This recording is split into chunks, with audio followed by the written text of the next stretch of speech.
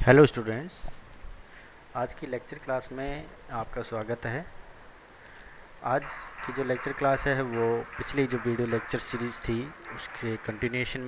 पिछली क्लास में हमने वर्चुअल ग्राउंड कंसेप्ट और कुछ इलेक्ट्रिकल कैरेक्टरिस्टिक्स ऑपरेशनल एम्पलीफायर की पढ़ी थी।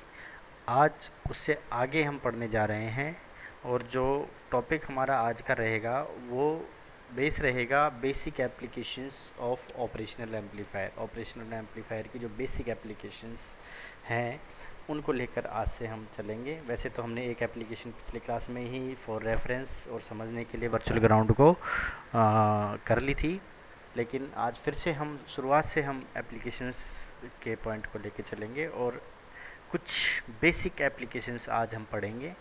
तो उसी सीरीज़ में आज जो हम देखने वाले हैं, सबसे पहले जो आपको स्क्रीन पर दिखाई दे रहा है कि जो आपका कि आप 741 आईसी की पिन डायग्राम आपको दिख रहा है, जो कि 8 पिन की आईसी होती है। ये देखिए 8 पिन, ये नोट कनेक्टेड 8वीं नंबर, ये सब चीज़ें आप पढ़ चुके हैं। और आज जो पहली एप्लीकेशन हम लेकर चलने वाले हैं वो है आपकी क्लोज लूप इन्वर्टिंग एम्पलीफायर। इसको हमने पढ़ लिया है तो इसको थोड़ा फास्ट लेके चलेंगे। ये हमारा सर्किट था, इसके अंदर देखिए आपने पॉजिटिव टर्मिनल को ग्राउंड किया हुआ है। तो वर्चुअल ग्राउंड कंसेप्ट से इसका जो नेगेटिव टर्मिनल है, ये जो पहली पॉइंट आता है, ये भी आपका वर्चुअली ग्राउंड होगा। इसका मतलब ये है कि आप ये अगर पॉइंट ग्राउंड है तो ग्राउंड होने का मतलब ये है कि करंट यहाँ पर डिपोज हो जाएगा, यानी सारा करंट यहाँ ग्राउंड हो जाएगा। अभी करंट कहाँ से आएगा? करंट एक तो आपका इधर से आएगा और एक करंट आपका आउटपुट की तरफ से आएगा। आपको पता है करंट हमेशा हाई वोल्टेज से लो वोल्टेज की तरफ फ्लो करेगा। लो वोल्टेज इसको इसलिए बोला जा रहा है क्योंकि ये वर्चुअली ग्राउंड है, ग्राउंड का मतलब जीरो वोल्टेज है। और यहाँ पर जो है, यहाँ पर हमने कोई input voltage that is V I apply की है। देखिए ये वी आई नेगेटिव टर्मिनल पर अप्लाई की गई, इसीलिए इसको इन्वर्टिंग, ये देखिए मैंने आपको बताया था पिछले क्लास के अंदर कि अगर नेगेटिव पर हम इनपुट अप्लाई कर रहे हैं तो उसको इन्वर्टिंग बोलेंगे, और अगर पॉजिटिव पर अप्लाई कर रहे हैं तो उसको नॉन इन्वर्टिंग बोलेंगे। ये चीज़ आपको ध्यान रखनी है, ठीक है। तो इधर से जो करंट आएगा वो प्लस इधर से जो करंट आएगा, दोनों का सम जीरो हो जाएगा, ठीक है। और जब उसको हम सॉल्व करेंगे, देखिए जब उसको हम सॉल्व करेंगे, मैंने बोला ना I1 plus I2 equal to zero. तो I1 जो करंट होता है, हमें पता है कि करंट क्या होता है, current voltage divided by resistance होता है। ये हमें पता है ओम के नियम के हिसाब से। तो यहाँ पर एक वोल्टेज नहीं, यहाँ वोल्टेज डिफरेंस है, ये वोल्टेज माइनस ये वोल्टेज, जितना ज़्यादा डिफरेंस होगा उतना ही करंट होगा और फिर ये रेजिस्टेंस के डिवाइड में आएगा। इसलिए वोल्टेज की जगह हमने लिखा V I minus V two, higher voltage V I और lower voltage V two divided by R one. और आई टू को क्या लिखा, आई टू इधर से फ्लो कर रहा है आउटपुट की तरफ से, तो आउटपुट में हायर वोल्टेज वी आउटपुट है, तो V output minus lower voltage V two divided by R F is equal to zero. तो ये चीज़ आपको समझ में आ गई। तो अब इसको जब हम सॉल्व करेंगे तो हमारे पास क्या मिलेगा हमें, तो स्टेप टू में हम क्या करेंगे कि सिंस V1 जो है जीरो था, सर्किट आप एक बार कॉपी पे बना लें ताकि बार बार हम पीछे ना जाएं, कि जो V1 था सर्किट है ग्राउंड था, पॉजिटिव टर्मिनल जीरो था, तो पॉजिटिव टर्मिनल के जीरो होने की वजह से नेगेटिव टर्मिनल भी जीरो हो जाएगा। तो V2 की जगह जब हम जीरो रखेंगे तो हमारा जो जब भी तो हमने I1 प्लस I2 वाला निकाला था, उसके कारण V I by R one plus V output divided by R F is equal to zero, ये बचेगा। इसको जब हम सॉल्व करेंगे तो हमारा V output divided by V I is equal to minus R F by R one आ जाएगा। आर एफ क्या है, जो हमारा फीडबैक था, और आर वन क्या है, जो हमारा, देखिए आपको इस सर्किट में भी दिख रहा है आर एफ क्या है, ये वाला रेजिस्टेंस हमारा आर एफ है और ये हमारा आर वन है। इधर से जो करंट आ रहा था आई वन और आई टू, देखो ये वाली जो वोल्टेज थी ये वी वन थी, ये जीरो है, ग्राउंड है, तो इसके जीरो होने के कारण ये वाली जो वोल्टेज है वी टू, ये भी जीरो होगा। तो हमने V2 की जगह जीरो रख दिया, तो हमारा आउटपुट, अब हमारा जो एक्सप्रेशन है वो ऐसा आ गया। तो V output by V I यानी output voltage divided by input voltage जो होता है उसको गेन बोलते हैं। और ये क्योंकि फीडबैक हमें मिल रहा है यहाँ पर नेगेटिव फीडबैक, इसलिए इसको AF फीडबैक गेन कहेंगे और minus R1 by RF by R1 इसको बोलेंगे। तो ये इसका जो नामकरण था क्लोज लूप इन्वर्टिंग एम्पलीफायर, ये नेगेटिव साइन जो आया है इसकी वजह से इसको इन्वर्टिंग एम्पलीफायर बोलेंगे। और अगर वी आई को मैं यहाँ से यहाँ ले जाऊँ, इसके पास में ले जाऊँ, तो यहाँ पे आपके पास क्या बचेगा, केवल वी आउटपुट बचेगा। तो वी आउटपुट क्या आएगा, minus R F by R one into में वी आई, यानी कि ये आपका क्लोज लूप इन्वर्टिंग एम्पलीफायर बन जाए। तो ये तो हुआ आपका क्लोज लूप इन्वर्टिंग एम्पलीफायर। अब हम देखते हैं कि close loop non inverting amplifier आपका कैसा रहेगा। अभी आप लाइन के लेफ्ट हैंड की तरफ का सर्किट देखिए। ये सर्किट कुछ कुछ वैसा ही है जैसा अभी आपने जो इन्वर्टिंग एम्पलीफायर का पढ़ा था। ये क्योंकि अभी सर्किट है नॉन इन्वर्टिंग का। अब यहाँ फ़र्क आप थोड़ा इस सर्किट को ध्यान से देखेंगे तो फ़र्क कहाँ नज़र आएगा कि पिछले सर्किट में हमने इस वाले टर्मिनल पर इनपुट अप्लाई किया था। यहाँ पर ये पॉइंट जो पॉजिटिव वाला है ग्राउंड ना होके यहाँ पर मैं इनपुट अप्लाई कर रहा हूँ। तो मैंने आपको बताया था कि आपको एक चीज़ हमेशा ध्यान रखनी है कि अगर पॉजिटिव टर्मिनल पर आप इनपुट अप्लाई कर रहे हैं तो जो हमारा आउटपुट आएगा वो नॉन इन्वर्टिंग यानी कि सेम फेज़ का आएगा, यानी प्लस साइन के साथ आपको आउटपुट मिलेगा। बाकी सारा सर्किट वैसा का वैसा ही है। देखिए ये रेजिस्टेंस के थ्रू ग्राउंड हो गया और ये हमारा वी आई है, ठीक है। और ये यहाँ से आर एफ के थ्रू फीडबैक हमको मिल रही है। अब कैसे सर्किट को सॉल्व करेंगे आप? मैंने आपको क्या बताया था, वर्चुअल ग्राउंड कंसेप्ट, यानी जो वोल्टेज यहाँ होगी वही वोल्टेज V2 होगी। यानी ये जो पॉजिटिव टर्मिनल पर वोल्टेज अगर V1 है तो यहाँ पर भी आपकी जो वोल्टेज है वो V1 के बराबर होगी। अब ये पॉइंट अगर इस पॉइंट पर वोल्टेज V1 है तो देखिए इसके अलावा बीच में कोई रेजिस्टेंस नहीं है, सीधा VI है। यानी V1 क्या है, V1 यहाँ पर आपको दिख रहा है क्या है, equal to input voltage VI के बराबर हमारा V1 है। अगर हमारा V1 VI के बराबर है तो V2 भी क्या हो जाएगा, V2 क्या होगा, V2 is equal to V1 is equal to VI ये है, ये देखिए, ठीक है। यानी यहाँ आपकी वोल्टेज VI है, ओके।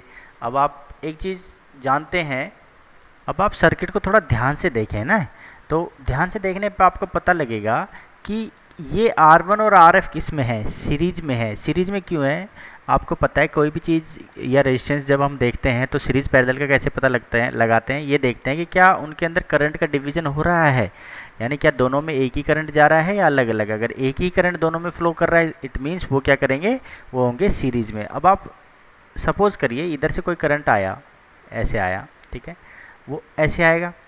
अभी मैंने आपको बताया कि इधर करंट कभी नहीं जाता ओप एम्प में, ये हमेशा आप ध्यान रखें कि ओप एम्प के अंदर करंट नहीं जाता है क्योंकि इनपुट इम्पीडेंस बहुत ज़्यादा होता है। अब इधर से जो करंट आया वो करंट अब कहाँ जाएगा, ग्राउंड तो नहीं होगा यहाँ पे क्योंकि V2 की वैल्यू क्या है, VI के बराबर कोई वोल्टेज है यहाँ पे। तो अब करंट कहाँ जाएगा, करंट आपका इधर की तरफ जाएगा, R1 के थ्रू होते हुए ग्राउंड हो जाएगा, ठीक है। अब वो करंट कहीं, जो करंट RF में था वही R1 में होगा, यानी दोनों किस में हो जाएंगे, सीरीज में। अब आपको ये पता है कि सीरीज के अंदर हम वोल्टेज डिवीजन जब लगाते हैं तो अगर ये वोल्टेज V2 है, मैं इसको कैलकुलेट करना चाहूँ तो ये जो वोल्टेज है ये इस पॉइंट और ग्राउंड के बीच में है, यानी R1 के ऊपर जो वोल्टेज है वो उसको V2 हमने नाम दिया है, ठीक है। अब ये अगर मैं निकालना चाहूँ तो जो हमारा वोल्टेज डिवाइडर कंसेप्ट होता है, देखो सोर्स वोल्टेज यहाँ है, सोर्स वोल्टेज के कारण करंट ऐसे फ्लो हो रहा है। तो अगर इसमें मैं करंट निकालना चाहूँ तो जो वोल्टेज डिवीज़न हम करते हैं, अगर आपको याद हो तो वोल्टेज डिवीज़न किस तरह से करते हैं, थोड़ा सा आप अगर रिकॉल करें तो वोल्टेज डिवीज़न करने के लिए हम जिस भी रेजिस्टेंस में वोल्टेज निकालनी होती है वो रेजिस्टेंस लिख दिया R1 डिवाइडेड बाय वो वोल्टेज जिस रेजिस्टेंस में बटनी है, यानी RF और R1 में बटनी है तो R1 प्लस RF इंटू में जो सोर्स वोल्टेज है, सोर्स वोल्टेज क्या है, V आउटपुट इंटू में V आउटपुट। ये क्या है, ये पॉइंट, ये वोल्टेज है V2 R1 के अक्रॉस, दैट इज V2। ये मैंने निकाल दिया, V2 का एक फार्मूला आ गया मेरे पास, ठीक है। अभी मैंने ऊपर देखो ये क्या लाइन लिखी है, V2 क्या है, VI के बराबर है बाय वर्चुअल ग्राउंड कंसेप्ट, ठीक है, समझ में आ गई। अब V2 की जगह मैं VI लिख सकता हूँ, यहाँ पे मैं VI लिख दूँ क्योंकि ये VI के बराबर है। अब आपको इनपुट और आउटपुट में एक रिलेशनशिप पता लग गई कि ये इधर देखो आउटपुट है और ये इनपुट है, तो V आउटपुट अगर निकालना है तो मैं इसको इधर ले जाऊँ, R1 को फिर उसके नीचे R1 उसके नीचे चले जाएगा तो मेरा आउटपुट क्या हो जाएगा, देखिए ये अभी V2 लिखा था ना, R1 divided by R1 plus R1 into VI। ये V2 जो है V1 के बराबर है और V1 जो है वो VI के बराबर है, तो VI इज इक्वल टू ये आ गया और V आउटपुट को ये रहने दो, इसके नीचे VI को ले जाओ तो ये फीडबैक गेन आ जाएगा, क्या आ जाएगा, ये R1 इधर जाएगा और उसके डिवाइड में R1 जाएगा तो 1 प्लस RF बाई R1। ये हमारा फार्मूला आ गया, किसका आ गया, ये गेन का, फीडबैक गेन इतना होगा आपका, ठीक है। अब ये कैसे आया, ये आप मैथमेटिकल कैलकुलेशन कर लीजिए। ये जब इधर जाएंगे तो R1 नीचे जाएगा, ठीक है, कैसे जाएगा, इस तरह से जाएगा, R1 प्लस में RF डिवाइडेड बाई R1, ठीक है।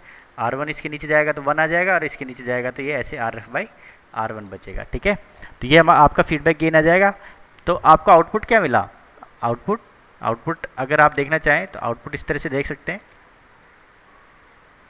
ठीक है। आउटपुट का फार्मूला आपका हो जाएगा V output is equal to 1 plus RF by R1 into BI।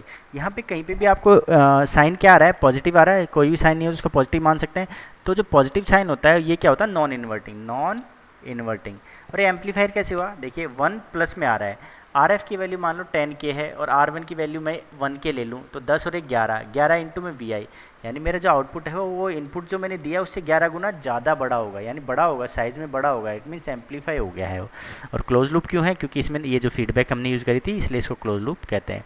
तो आपको समझ में आ गया कि ये जो इन्वर्टिंग और नॉन इन्वर्टिंग एम्पलीफायर है ये किस तरह से ऑपरेशनल एम्पलीफायर में सिंपल सा एक फीडबैक दो रेजिस्टेंस के हेल्प के से हम एक इन्वर्टिंग या नॉन इन्वर्टिंग एम्पलीफायर बना सकते हैं। तो ये दो एप्लीकेशन हो गए आपकी, इन्वर्टिंग और नॉन इन्वर्टिंग। अब ये इन्हीं एप्लीकेशंस के थ्रू तो अगर हम थोड़ा सा एनालिसिस करें कि अभी जो दोनों सर्किट पढ़े हैं उनमें थोड़ा सा हल्का सा बदलाव करते हैं और फिर देखते हैं कि हमें क्या रिजल्ट मिलते हैं। वो जो रिजल्ट मिलेंगे उनको फिर हम नाम उसी टाइम पे देंगे और आपका सर्किट के नामकरण अलग अलग तरीके से होंगे, ठीक है। तो फॉर एग्जांपल आपने क्या किया है, आपने जो पहला सर्किट लिया था इन्वर्टिंग वाला, उसमें आपने सिंपल कुछ नहीं किया। पहले जहाँ पर एक इनपुट लगाया था वहाँ पर हमने बहुत सारे इनपुट लगा दिए। देखिए सर्किट में आपको दिख रहा है कि यहाँ पर ये जो ये तो ग्राउंड है ही, ये तो ग्राउंड था। और यहाँ पर हमने क्या किया, यहाँ पर एक वोल्टेज VA लगा दी रेजिस्टेंस RA के थ्रू, एक वोल्टेज VB लगा दी RB के थ्रू, और VN लगा दी RN के थ्रू। टोटल ऐसे n नंबर ऑफ सोर्सेज लगा दिए हमने, ठीक है। अब क्या होगा, इधर से करंट IA आएगा, इधर से IB आएगा, ऐसे करके IC ID आई करके total n number of currents इधर से आएंगे और वो फिर सम हो जाएंगे। और इधर से एक करंट आएगा IF। अब पिछले सर्किट में हमने क्या किया था, इधर एक ही करंट आ रहा था, अभी भी एक ही आ रहा है, लेकिन इनका सम है वो एक करंट, ठीक है। वो जो करंट प्लस ये जो IF करंट है ये दोनों मिलके जीरो हो जाएंगे, क्योंकि KCL at a node is zero, क्योंकि ये वोल्टेज जीरो है तो ये सब यहाँ पर ग्राउंड हो जाएंगे। तो वही फार्मूला लग जाएगा, IA प्लस IB प्लस से लेके IN, ये सारे करंट हो गए, और IF is equal to zero, ठीक है। अब V1 की वैल्यू जीरो है, यहाँ पर आपको दिख रही है, ओके। तो V2 की वैल्यू भी जीरो हो जाएगी। तो यहाँ पर V2 की वैल्यू जीरो होने के कारण ये जो करंट है ये VA minus zero divided by RA, तो VA बाई RA हो जाएगा, plus VB by RB plus VN by RN, dash dash जो किया ना ये n नंबर ऑफ के लिए, plus V output by RF is equal to zero. तो ये आ गया। अब आगे देखते हैं आगे क्या होगा, ठीक है। अब ये वाला एक्सप्रेशन आया था, इसके आगे यहाँ देखिए, ये यहाँ देखिए इस वाले की तरफ लाइन के लेफ्ट साइड में। तो यहाँ से मैंने V आउटपुट बाई RF को तो एक जगह रखा और इस पूरे वाली चीज़ को उठा के मैं राइट साइड में ले गया, ठीक है। तो ये क्योंकि साइन इधर पॉजिटिव है तो इधर जाते ही जीरो के इधर आते ही नेगेटिव हो जाएगा, तो वो नेगेटिव साइन हो जाएगा। और RF जो इसके नीचे था उसको मैंने यहाँ लिख दिया, ऐसे क्रॉस मल्टीप्लाई होता है ना, तो ये सारा का सारा अपना फार्मूला बन के ये आ गया, ठीक है। तो ये फार्मूला आ गया। ये है तो अभी भी इन्वर्टिंग एम्पलीफायर, क्योंकि नेगेटिव साइन आ गया, आपको दिख रहा है नेगेटिव साइन है यहाँ पर, तो इन्वर्टिंग एम्पलीफायर है, लेकिन इसके साथ साथ ये सम आ रहा है साथ में ना। तो आपने केस 1 क्या करके लिया, फॉर एग्जांपल मान लो कि जो रेजिस्टेंस मैंने लिया ना RA RB RC RN तक, उनकी सबकी वैल्यू जो है, और RF जो फीडबैक रेजिस्टेंस है सबकी वैल्यू R है, एक जैसी वैल्यू, जहाँ 2 किलो ओम है, सारे रेजिस्टेंस 2 किलो ओम के हैं। तो क्या होगा, देखो यहाँ मान लो 2 kilo ohm 2 kilo ohm 2 kilo ohm 2 2, और यहाँ भी 2 किलो ओम, तो यहाँ से 1/2 कॉमन बाहर आएगा तो 2 से 2 कट जाएगा, तो आपके पास क्या बचेगा, माइनस साइन बचेगा, plus VA plus VB plus VC से लेके VN तक हो जाएगा। क्या हो जाएगा, देखो माइनस साइन, ये VA plus VB plus VC से लेके VN। अब ये हो क्या गया भाई, ये आपका सारी वोल्टेज जुड़ गई, VA जुड़ गई, VB जुड़ गई, VC जुड़ गई और VN जुड़ गई। तो यानी इस सर्किट से आप क्या पता लगा सकते हैं कि जो भी सोर्स वोल्टेज मैंने अप्लाई किया और टोटल वोल्टेज आपको आउटपुट पर क्या मिली। यहाँ पर एम्पलीफिकेशन नहीं हो रहा है, देखिए अगर यहाँ पे कोई मल्टीप्लाई से साइन होता इस केस की वजह से, अगर R की बराबर वैल्यू ली थी, तो ये सर्किट क्या हो गया, हमारा एक एडर सर्किट हो गया, या समर सर्किट, एडर या समर, ठीक है। ये सर्किट का नाम क्या हो गया, देखो इससे सम हो रहा है ना सब, इसलिए इसको बोलेंगे एडर या समर। तो अगर पेपर में आपको बोले कि ऑपरेशनल एम्पलीफायर के थ्रू एक एडर सर्किट बनाइए, वोल्टेज एडर सर्किट, तो आप इस तरह से सर्किट बना सकते हैं। ईजी है, कुछ भी मुश्किल नहीं है। चलिए केस 2 ले लेते हैं। केस 2 क्या कह रहा है कि R A R B R C की वैल्यू तो मैं और की जो वैल्यू है और आर एफ की वैल्यू वो के आर ले ली। के क्या है? के कोई कांस्टेंट है। के की वैल्यू मैं कुछ भी ले सकता हूँ, एक को छोड़ के 2 ले सकता हूँ, 3 ले सकता हूँ, 4 ले सकता हूँ, 5 ले सकता हूँ। ठीक है, तो अब ऊपर अगर सर्किट थोड़ा सा हम देखें तो क्या सर्किट हमारे पास आया था? हमारे पास आया था ये देखिए, ये आया था आर एफ। तो आर एफ की जगह मैं क्या लिखूं? आर एफ की जगह अगर मैं लिख दूं के एफ, यहाँ क्या लिखूंगा मैं? के आर लिख दूँ। ठीक है, ये के आर लिख दूँ। इनकी वैल्यू ये जो है R A R B plus R, तो यहाँ क्या ले रहा हूँ मैं? R A R B R की वैल्यू, इनकी सबकी वैल्यू तो मैं ले रहा हूँ किसके बराबर? आर के बराबर। ठीक है, ये आर है, लेकिन जो आर एफ फीडबैक रेजिस्टेंस है ये आर नहीं है, या तो ये 2R है या 3R है या 4R है, के लिख दिया, मतलब कोई कांस्टेंट वैल्यू। ठीक है, अब आपको मालूम है कि ऊपर जो हमारा जो रिज़ल्ट आया था वो रिज़ल्ट ये आया था। यहाँ आपने अगर के आर लिख दिया और इनकी वैल्यू सबकी आर आर लिख दी, ठीक है, तो 1/r आएगा, तो r से r कट जाएगा, यहाँ क्या बचेगा? k बचेगा। कैसे बचेगा? k, तो k मल्टीप्लाई में आ जाएगा और इधर क्या बचेगा? वही r से r कैंसिल होने के बाद तो va plus vb plus vc से लेके vn तक आपका वोल्टेज आ जाएंगी, लेकिन मल्टीप्लाई में क्या आ रहा है? अब यहाँ देखिए, पिछले जो हमने सिंपल एडर पढ़ा था उसके अंदर तो यहाँ के नहीं आ रहा था, इसलिए उसको एडर बोला। ये क्या हो जाएगा? ये एडर तो है लेकिन एम्पलीफायर भी है। ठीक है, इसलिए इसको बोलेंगे समिंग एम्पलीफायर, यानी ऐड तो कर रहा है लेकिन उनको किसी फैक्टर से मल्टीप्लाई करके आपको दे रहा है। ठीक है, इसलिए इसको बोलेंगे समिंग एम्पलीफायर। अब थर्ड केस में अगर मैं ले लूँ कि R A R B R C की वैल्यू सबकी वैल्यू है n मल्टीप्लाई बाई आर और आर एफ की वैल्यू है आर। ठीक है, तो आप अगर कैलकुलेट करेंगे तो ये इस तरह से आउटपुट आ जाएगा, V A plus V B plus V C से डिवाइडेड, नीचे n बच जाएगा। क्यों बच जाएगा? क्योंकि सबकी वैल्यू n इंटू में r है, क्योंकि यहाँ पे सबकी n r, तो n कॉमन ले लूँगा तो n नीचे चला जाएगा। ठीक है, आर एफ की वैल्यू कितनी है? r, तो यहाँ सब r जब बाहर आएगा तो r ये है और r ये रहेगा, तो r से r कट जाएगा, 1/n बचेगा, वो n नीचे आ जाएगा। अब आप देखिए, आपने कितने सोर्स लिए हैं? V A B B V C, for example आपने 5 सोर्स लिए हैं। ठीक है, V1 plus V2 plus V3 से लेके V5 तक, तो कैपिटल N है ना, N की वैल्यू कितनी है? 5, तो 5, तो जो भी वोल्टेज आएगी उसको 5 से डिवाइड हो जाएगा, यानी कि वो एवरेज हो जाएगा, इसलिए इस सर्किट का नाम हो जाएगा एवरेजर। समझ में आ गया? एवरेजर। अब इस एवरेजर में भी एक चीज़ है, अभी समर पड़ा था, अब यहाँ पे कुछ भी नहीं है देखिए, इसलिए एम्पलीफाई नहीं हो रहा है। ठीक है, तो एम्पलीफाई करने के लिए क्या केस 4 देखो, केस 4 में क्या है कि R A R B R C की वैल्यू तो एन आर है, लेकिन आर एफ की वैल्यू जो फीडबैक है उसकी के आर है। तो यहाँ पे आप क्या होगा? एन आर एन तो रहेगा लेकिन यहाँ पे आपके पास के आ जाएगा। ठीक है, के आ जाएगा। ठीक है, अब के की वजह से आपका पूरा फार्मूला किस तरह से चेंज हो जाएगा? इस तरह से कि के और एन दोनों, ये तो एवरेज बताएगा आपको, देखो इतना हिस्सा तो एवरेज वाली बताएगा कि भाई ये एवरेज हो रहा है, और ये जो के है ये बताएगा कि ये एम्पलीफाई भी हो रहा है, इसलिए इसको बोलते हैं एवरेजर एम्पलीफायर। ठीक है, ये कुछ केस हैं, 4 केस हैं जो आपने इन्वर्टिंग एम्पलीफायर पढ़े थे उसके। अब सेम चीज़ अगर मैं करना चाहूँ जो आपने नॉन इन्वर्टिंग एम्पलीफायर पढ़ा था उसके साथ, तो क्या होगा उसको हम देखते हैं। चलिए अब इस सर्किट को देखिए, ये वाले सर्किट को देखिए आप। ठीक है, क्या दिख रहा है आपको? सिंपल वही नॉन इन्वर्टिंग एम्पलीफायर है। देखो इन्वर्टिंग एम्पलीफायर को तो इन्वर्टिंग टर्मिनल को तो ग्राउंड कर दिया R1 के थ्रू, और जो यहाँ पर जो मैंने एक ही वोल्टेज लगाई थी उसकी जगह मैंने बहुत सारी वोल्टेज लगा दी। देखो एक वोल्टेज VA VB VC से लेके VN तक लगा दी। ठीक है, इधर से करंट IA, इधर IB, इधर IC से लेके IN तक आपके करंट आएंगे और वो सम हो जाएंगे। ठीक है, अब ये नॉन इन्वर्टिंग है, यानी आउटपुट पे आपके पॉजिटिव वोल्टेज आएगी। इधर से IF करंट आएगा, इधर से जो हमने फार्मूला क्या लगाया था, यहाँ V2 निकाला था ना वोल्टेज डिवाइडेड टेक्निक से, और फिर उसको V1 के बराबर कर दिया था। ठीक है, यही किया था हमने, ये सारी चीज़ यहाँ पर भी करनी है, और आपके पास क्या आएगा वो देखते हैं। तो in a close loop non inverting op amp find the value of non inverting terminal V1। V1 निकालना है। V1 निकालने के लिए से पहले हमें क्या करना है कि हमें वोल्टेज डिवाइडर लगाना है V2, और V2 बराबर V1 है, तो फार्मूला क्या हो जाएगा? ये वाला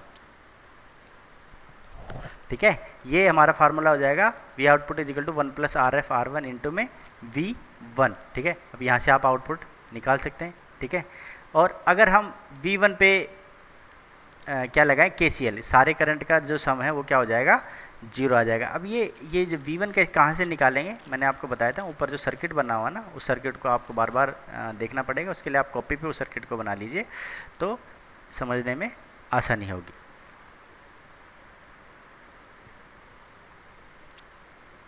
चलिए, यहाँ से आपको दिख रहा है,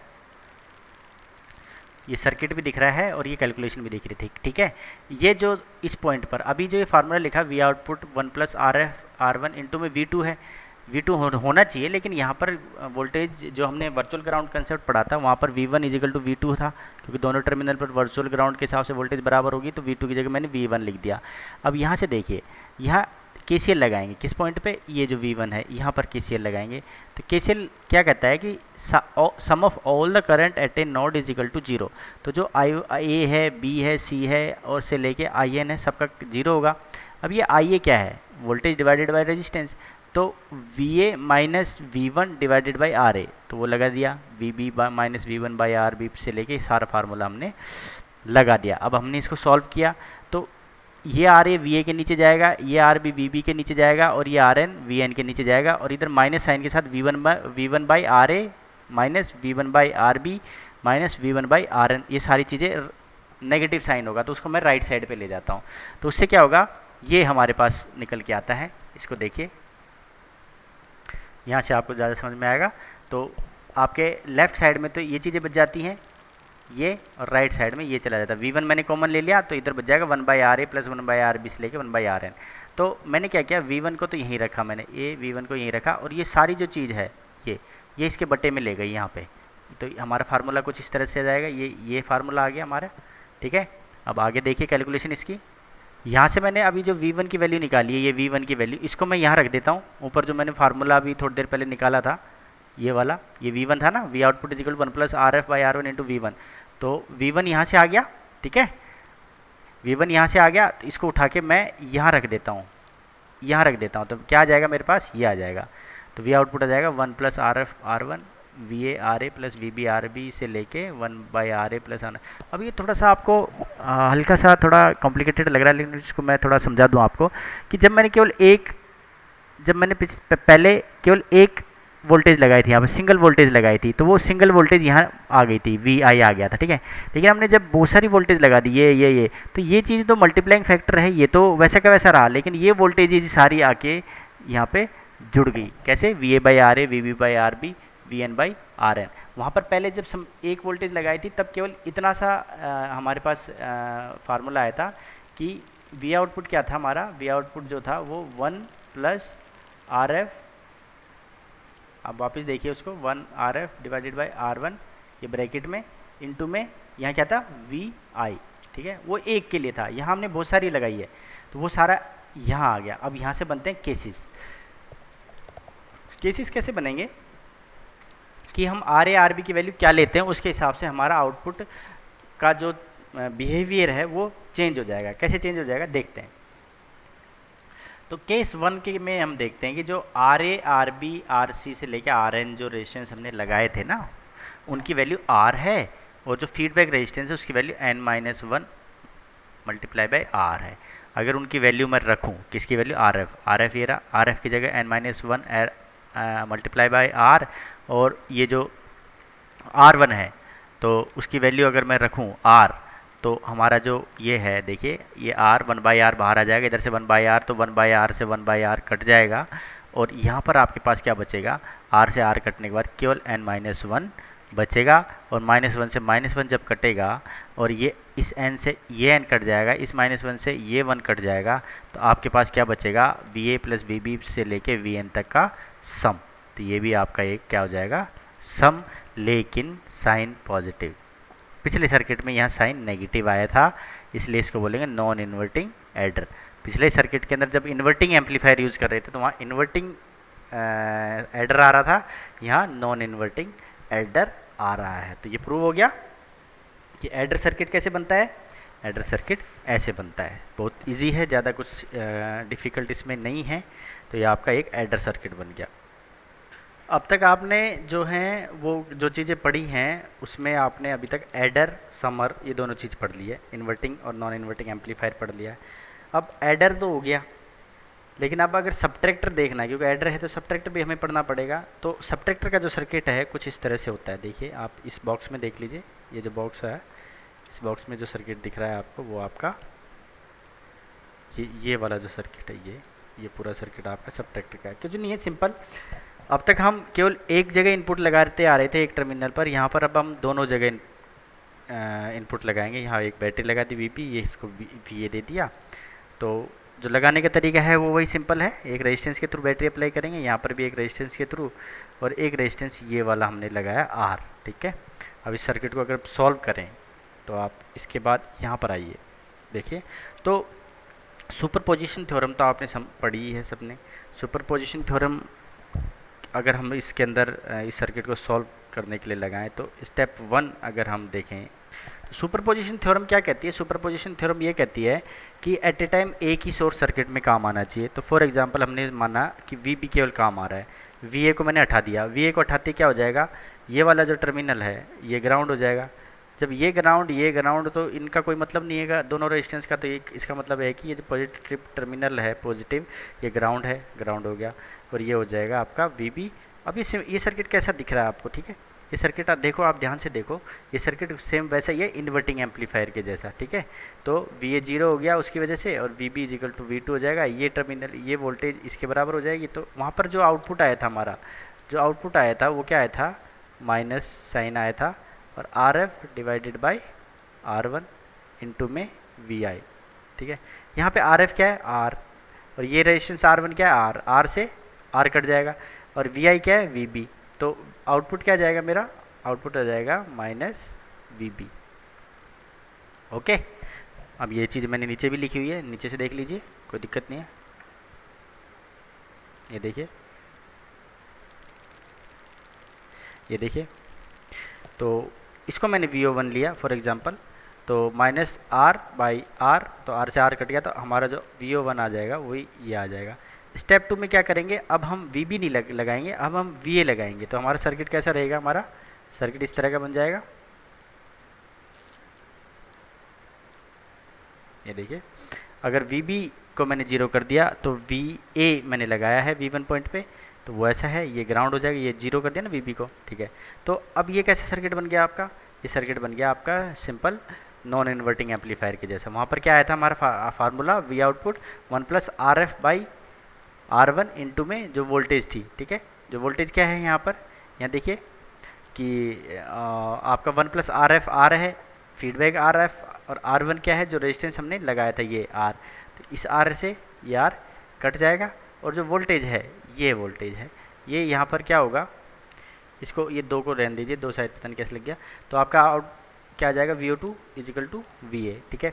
अब बात क्या है, सुपरपोजिशन थ्योरम ये कहती है कि एक सोर्स का आउटपुट एट ए टाइम निकालो, केवल एक सोर्स का, और जब आप लास्ट में करेंगे तो दोनों का सम कर दो, जो रिजल्टेंट आउटपुट आएगा वो आएगा VO1 एक सोर्स की वजह से प्लस VO2 दूसरे सोर्स की वजह से जो आउटपुट आया। तो VO1 क्या आया था, माइनस VB, VO2 क्या आया, VA, तो टोटल V आउटपुट क्या आ जाएगा। अब आपको शायद आइडिया हो गया होगा कि क्या आएगा, देखिए जो आउटपुट आएगा वो ये आएगा, VO1 की जगह VO1 माइनस VB लिख दिया, और ये VA, तो VA माइनस VB, तो ये क्या है आपको दिख रहा है, क्या है ये, VA माइनस VB, तो सब्ट्रैक्टर हो गया ना ये आपका। तो ये प्रूव हो गया कि जो सब्ट्रैक्टर है वो उसका सर्किट इस तरह का होता है, और हमारा जो रिजल्टेंट आउटपुट है वो सब्ट्रैक्शन की फॉर्म में, यानी अगर VA की वैल्यू 5 वोल्ट है और VB की वैल्यू 3 वोल्ट है तो आपका आउटपुट पे क्या मिलेगा, 2 वोल्ट सब्ट्रैक्ट होकर आपको आउटपुट मिलेगा। तो प्रूव कि ये हमारा एक सब्ट्रैक्टर सर्किट है। तो यहाँ तक तो हमने ये सर्किट पढ़े, काफ़ी इजी सर्किट थे, ऐसी कोई डिफ़िकल्ट सर्किट नहीं है। तो इसके बाद एक और सर्किट हम ले लेते हैं आज के इस लेक्चर में, that is voltage follower. Voltage follower तो शायद आपने पढ़ा होगा कि जब हम जो कॉमन एमीटर कॉन्फ़िगरेशन जहाँ पढ़ते थे वहाँ पर एक एमीटर फॉलोवर या वोल्टेज फॉलोवर पढ़ते थे। तो उसको क्यों बोलते थे एमीटर फॉलोवर या वोल्टेज फॉलोवर, कि इनपुट पर जो वोल्टेज लगाते हैं वही हमें आउटपुट पर मिलती है बिना किसी गेन के। यानी कि आउटपुट जो है इसका नाम जो फॉलोवर इसलिए कहा जाता है कि आउटपुट इनपुट को फॉलो करता है। अब आपने ये वाला जो सर्किट है वो वहाँ भी देखा था, लेवल शिफ्टर सर्किट, जो हमने इसका ब्लॉक डायग्राम पढ़ा था ऑप एम्प का। तो जो voltage follower using op amp, अगर आपसे कोई पूछे कि explain the working of voltage follower circuit using op amp, तो आपको ये करना है वहाँ पर, ये वाले सर्किट की को एक्सप्लेन करना है। ये जो लेफ्ट साइड में ना ये वाला, यहाँ देखिए सर्किट कैसा है। पॉजिटिव टर्मिनल पर मैंने इनपुट लगा दिया, ओके। नेगेटिव टर्मिनल को कोई रेजिस्टेंस नहीं लगा, सिंपल एक वायर से जोड़ दिया, ऐसे सिंपल एक वायर से ऐसे जोड़ दिया। और आउटपुट हमें पता है यहाँ से लेते हैं हम 6 नंबर पिन से, ठीक है। अब देखो वर्चुअल ग्राउंड कंसेप्ट देख लो, या फिर ये सर्किट कैसा है। अभी जो सर्किट हमने पीछे पढ़े हैं ना, देखो पॉजिटिव टर्मिनल पर इनपुट लगाया, इसका मतलब क्या है, ये नॉन इन्वर्टिंग एम्पलीफायर। और नॉन इन्वर्टिंग एम्पलीफायर का फार्मूला तुरंत याद कर लो आप, क्या था, 1 plus RF by R1 into में VI, जो भी इनपुट हमने अप्लाई किया, ओके। अब यहाँ RF क्या है, फीडबैक रेजिस्टेंस क्या है, 0, कुछ भी नहीं है। इसकी जगह मैं अगर 0 रख दूँ तो 0 बटे समथिंग इज 0, ओके। तो 1 प्लस 0 तो 1, और इनटू में V1 या VI, तो आउटपुट क्या है, VI के बराबर हो जाएगा। यानी हमारा जो आउटपुट है वो इनपुट के बराबर है। अब देखो इनपुट में कैसा भी चेंज आए, इनपुट जैसे फॉर एग्जांपल जैसे भी बदले ऐसे है, तो आपका आउटपुट भी बिना किसी गेन के सेम उसी एम्पलीट्यूड का आउटपुट आपको मिलेगा। यानी डायरेक्ट चेंज आपको आउटपुट पे मिलेगा, जैसा इनपुट में बदलोगे वैसा आउटपुट आपको आउटपुट में मिल जाएगा। अब इसका फ़ायदा क्या है सर्किट है, इसका फ़ायदा ये है कि ये सर्किट लगाने से हम कई बार क्या होते हैं, जो AC रिपल्स होते हैं उनको हटा देते हैं, आउटपुट पे जो नॉइज़ वगैरह है उनको हटाने के लिए इस सर्किट का यूज़ करते हैं। तो इसकी एप्लीकेशंस हैं, इसीलिए इस सर्किट को पढ़ा जाता है। काफ़ी इंपॉर्टेंट सर्किट है जो वोल्टेज फॉलोवर सर्किट है, ठीक है। सो ये जो वोल्टेज फॉलोवर सर्किट है इसको बफर के रूप में बहुत काम लिया जाता है। बफर सर्किट इनपुट किसी भी सर्किट के अंदर देखो इनपुट इम्पीडेंस का होना बहुत ज़रूरी होता है। जो भी हमें एम्पलीफायर सर्किट होते हैं वहाँ तो बहुत ज़्यादा ज़रूरी होता है, बहुत प्राइम रिक्वायरमेंट है हाई इनपुट इम्पीडेंस की लोडिंग इफेक्ट से बचने के लिए। अभी लोडिंग इफेक्ट क्या है, ये भी एक कंसेप्ट है, इसको देखेंगे कभी अगर आएगा तो दोबारा। तो ये चीज़ आपको वैसे पता होनी चाहिए कि लोडिंग इफेक्ट क्या होता है। तो जो ये बफर सर्किट होता है इसका गेन जो होता है वो जैसे कि आपको दिख रहा है आउटपुट इनपुट के बराबर है, तो गेन तो यूनिटी है। इनपुट इम्पीडेंस बहुत हाई है, क्यों हाई है कि भैया देखो ये हम ऑपरेशनल एम्पलीफायर यूज़ कर रहे हैं ना, तो इनपुट इम्पीडेंस हाई हो जाएगा। आउटपुट रेजिस्टेंस 0 क्यों है, ऑब्वियसली ऑपरेशनल एम्पलीफायर की वजह से आउटपुट इम्पीडेंस 0 है, लोड लगाए नहीं। तो widely use as buffer in complex electronic circuit में बफर के तौर पे। और बफर सर्किट जो है वो इनपुट इम्पीडेंस किसी भी सर्किट में इंट्रोड्यूस करने के लिए, हाई इनपुट इम्पीडेंस इंट्रोड्यूस करने के लिए, लोडिंग इफेक्ट से बचने के लिए हम बफर सर्किट यूज़ करते हैं। सो आज का ये वीडियो लेक्चर आज का हमारा यहीं तक रहेगा। आगे जो हम पढ़ेंगे ऑपरेशनल एम्पलीफायर की और दूसरी एप्लीकेशंस को हम स्टडी करेंगे। तब तक के लिए thank you very much, thank you. आप जब भी इन लेक्चर वीडियोस को फॉलो करें देखें तो आप एक कॉपी और पेन लेके ज़रूर बैठें और इन चीज़ों को आप नोट डाउन भी करते रहें और आप अपने खुद के नोट्स भी बनाते रहें। तो उससे आपको बहुत आसानी होगी चीज़ों को समझने में, और कंसंट्रेट होकर जब बैठेंगे पढ़ेंगे तो आपको चीज़ें समझ में आ जाएगी। So thank you for watching this video.